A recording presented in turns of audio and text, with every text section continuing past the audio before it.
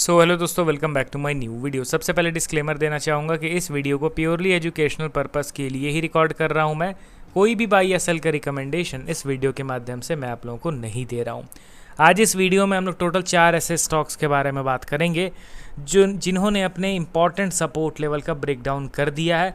तो यहाँ पे एग्रेसिवली अननेसेसरली अगर बाइंग करेंगे तो कहीं ना कहीं वो हमारा गलत डिसीजन रहेगा, क्योंकि जो स्टॉक ऑलरेडी अपने इंपॉर्टेंट सपोर्ट को तोड़ चुका है, जो लगातार नीचे गिर रहा है, वहाँ पे अगर हर एक फॉल में एग्रेसिव बाइंग करेंगे तो ये तो कोई सेंस नहीं बनता है। हालांकि ये सारे चारों स्टॉक्स फंडामेंटली काफ़ी स्ट्रांग है, लॉन्ग टर्म में अनडाउटेडली ये सारे अच्छे रिटर्न्स देने का पोटेंशियल भी रखते हैं, बट अभी इनका खराब दौर चल रहा है। ठीक है, अभी यहाँ पे सेलर्स हावी हैं बायर्स के कंपैरिजन में।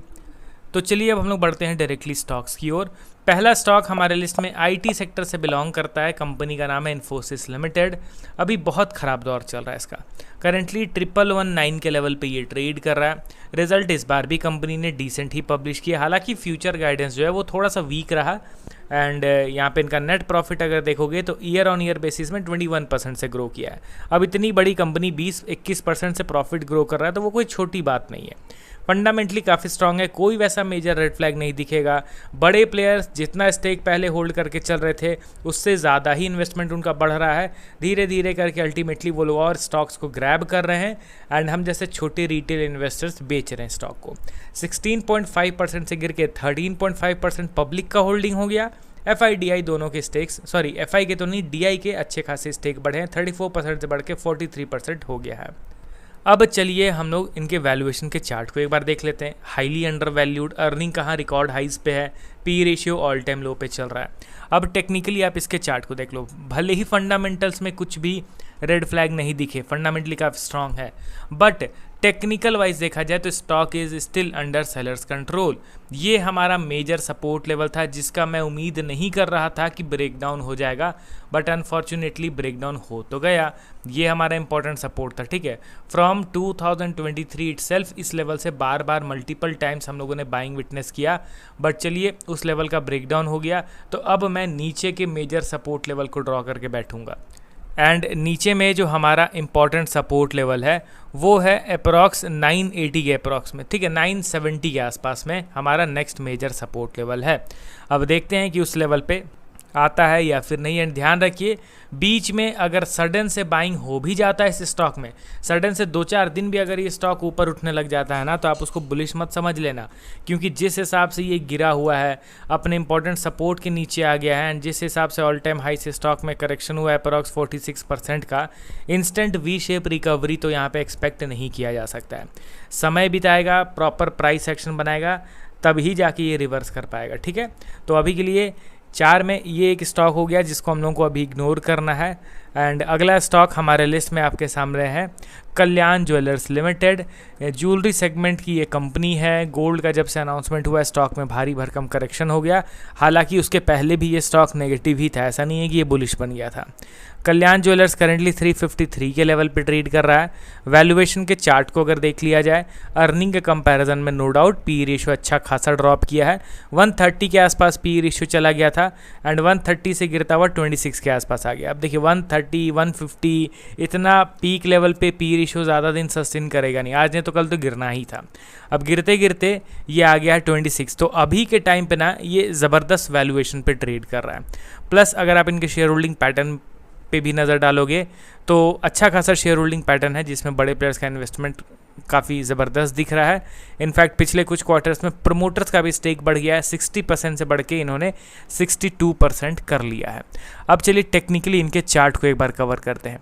यहाँ पे आप ध्यान से देखिए तो भले ही स्टॉक अभी नीचे गिर रहा है, बट उसके पहले से भी ये बियरिश ही बना हुआ था। यहाँ पे ध्यान दीजिए तो यहाँ पे सबसे पहला चीज़ कि एक तरफा बाइंग हुआ था। आप देख रहे हो ना किस हिसाब से मोमेंटम के साथ स्टॉक ऊपर गया था, एंड कहाँ से कहाँ तक चला गया था। 60 रुपीज़ से ये अप्रॉक्स 800 के आसपास चला गया था। तो ओवर स्ट्रेच होने के बाद यहाँ पे भारी भरकम करेक्शन हुआ। करेक्शन होने के बाद एक बेस यहाँ पे बन रहा था। ठीक है, ये एक सपोर्ट लेवल था। सपोर्ट का ब्रेकडाउन हुआ कब? 2026 के स्टार्टिंग में। अब 2026 के स्टार्टिंग में सपोर्ट का ब्रेकडाउन हुआ, मैंने आपको क्या बताया कि जब एक्चुअली में स्टॉक को नीचे गिरना रहेगा ना तो वो कोई बुलिश प्राइस एक्शन बना ही नहीं पाएगा, उसके पहले ही स्टॉक नीचे गिर जाएगा। बुलिश प्राइस एक्शन बना इट मीन्स बहुत ज़्यादा बायर्स आ गए। एंड यहाँ पे ध्यान दीजिए, सपोर्ट टूटने के बाद लोअर लेवल पे कंसोलिडेट किया एंड उसी सपोर्ट को रेजिस्टेंस मान के वहाँ से अगेन पैनिक सेल ऑफ आ गया। तो ये स्टॉक पहले भी बेयरिश था, अभी भी ये बेयरिश प्राइस एक्शन को ही कंटिन्यू कर रहा है। तो जो ऑलरेडी बेयरिश प्राइस एक्शन को कंटिन्यू कर रहा है उसमें मैं क्यों ही ज़बरदस्ती अपना फंड एलोकेट करूं अभी के टाइम पे। रिवर्सल जब होगा, वैसा कुछ सिचुएशन क्रिएट होगा तो ज़रूर एक वीडियो अपलोड करके आप लोगों को मैं इन चारों स्टॉक्स के बारे में इन्फॉर्म करूंगा। अगला स्टॉक हमारे लिस्ट में टाटा ग्रुप से बिलोंग करता है, कंपनी का नाम है ट्रेंट लिमिटेड, 4101 के लेवल पे ट्रेड कर रहा है। रिजल्ट तो हालांकि पहले भी कंपनी के अच्छे ही आ रहे थे गिरावट के दौरान, अभी भी कंपनी के रिजल्ट्स अच्छे ही आए हैं।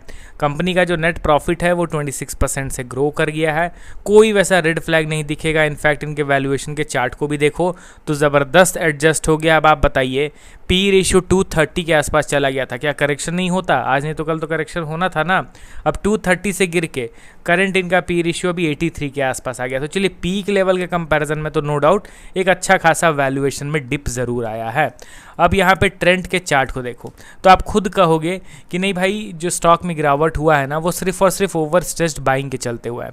आप इसके बाइंग को देखो, 2020 से कोविड का जो बुल रन आया था वहाँ से अगर मैं मेजर करूँ इसके ऑल टाइम हाई तक, तो स्टॉक 2000% का रिटर्न दे चुका है। अब 2000% का अगर कोई मोमेंटम पेश करे 4 साल में, तो क्या उसमें करेक्शन भी तो आएगा, तो अच्छा खासा आएगा ना, वही चीज़ हुआ है। अब यहाँ पे ध्यान दीजिए, रिजल्ट अच्छे आए हैं तो अचानक से बाइंग स्पाइक क्रिएट हुआ है, स्टॉक ऑलमोस्ट 38% रिकवर कर गया। बट मैं आपको कई बार कह चुका हूँ कि बाइंग स्पाइक से हम लोग को इन्फ्लुएंस नहीं होना है जब तक किसी रेजिस्टेंस लेवल का ब्रेकआउट ना हो।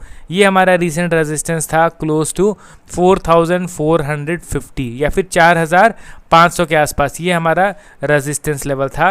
एंड आप देखो तो उस रेजिस्टेंस लेवल के पास जाते ही यहाँ पे समहाउ एक नेगेटिव प्राइस एक्शन बन रहा है। तो इसीलिए ज़्यादा यहाँ पे एक्साइटेड नहीं होना है किसी भी बेयरिश स्टॉक में।